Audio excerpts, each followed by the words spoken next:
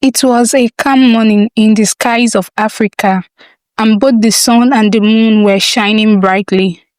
The sun, proud and powerful, blazed fiercely over the land, bringing warmth and light to all. The moon, gentle and serene, hung high in the night sky, casting a soft glow that filled out the hearts of those below with peace. For years they lived side by side, fulfilling their duties without dispute. But deep within the heart of the moon, something began to stir, a feeling that maybe, just maybe, she deserved a little more recognition. The sun, as always, was the center of attention. People in villages far and wide would sing songs of his brilliance, dance in his warmth, and bask in his glory.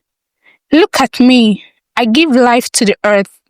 I am the one who makes the crops grow, the rivers flow, and the people shine, the sun boasted in his usual proud voice. Moon, though content in her own way, felt a pang of jealousy in her heart. She watched from above, quietly observing how the sun dominated every conversation. People often forgot about her presence, thinking only of the sun's radiance.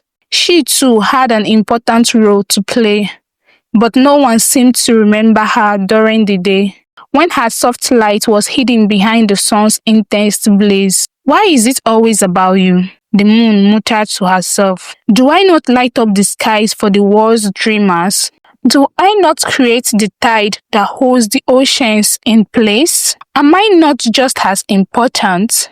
The seed of rivalry were sown in that very moment, and the moon knew that something had to change. She turned her face away from the earth, brooding in silence, while the sun continued to bask in his glory.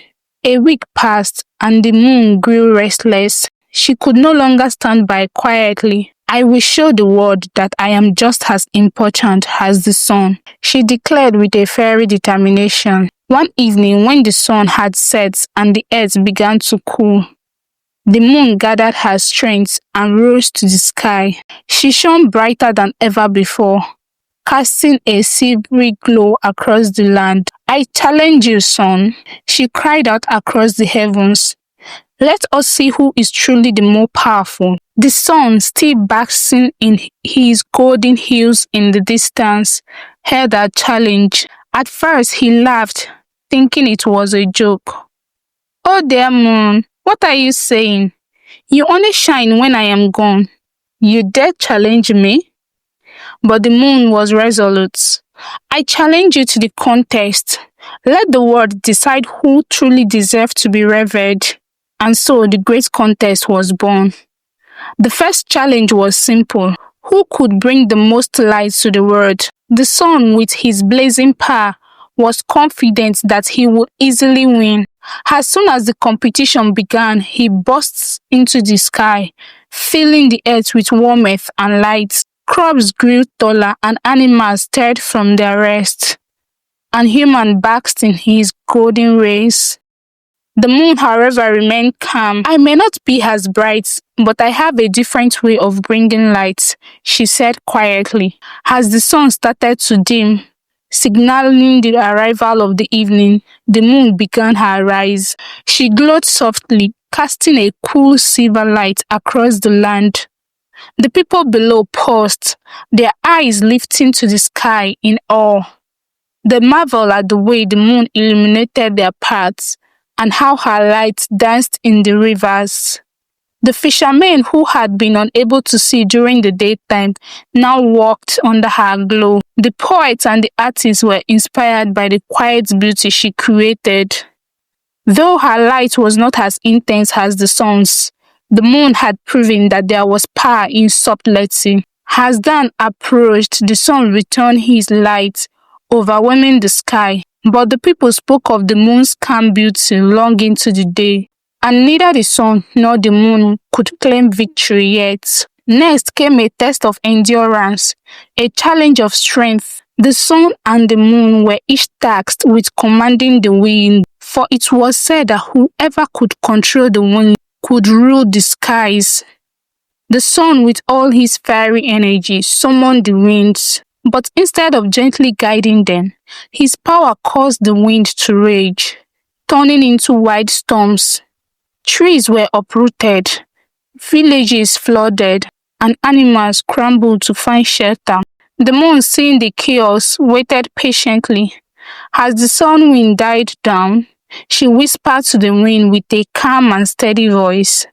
The breeze responded, gentle as a lullaby, softly swaying the trees, cooling the land, and bringing relief to the heat-shrinking world. The earth below breathed a sign of relief. The winds under the moon's guidance had brought calm, and all was peaceful once again. The sun's wind had been powerful, but they had left destruction in their wake. The moon had shown that strength could be gentle, and that sometimes calm was the most powerful force of all. The third challenge was a test of transformation. The sun and the moon were tasked with creating something new, something that would challenge the world forever. The sun, with his fiery energy, immediately began to craft new lands, mountains, and oceans. His creations were grand, towering, and impressive, but they were stark, harsh, and unwelcoming. The moon, however, walked quietly. She molded gentle valleys and lush forests, soft rivers that wound their way through the land. Under her touch, flowers bloomed and life flourished in ways the sun had never imagined. The animals began to live in harmony with the land she had shaped, and the people danced in the shade of her trees. When the trials ended, it was clear. The sun's lands were vast and mighty, but the moon's lands were full of life, warmth, and peace. She had shown that transformation did not need to be harsh or overwhelming to be powerful. As the trials continued, the rivalry between the sun and the moon grew fiercer. The skies themselves seemed to split, with the sun blazing in one corner of the sky and the moon shining in the other path. The world below began to feel the tension as the animals and humans found themselves torn between the celestial beings. The sun and the moon began to compete in everything. Who could create the most beautiful sunrise? Who could stir the greatest storm? Who could bring forth the most spectacular eclipse? The earth itself began to tremble under the weight of their rivalry. At last the earth spoke up. Enough, it said, its voice calm but firm. You both have power, but you're tearing the world apart with your quarrel.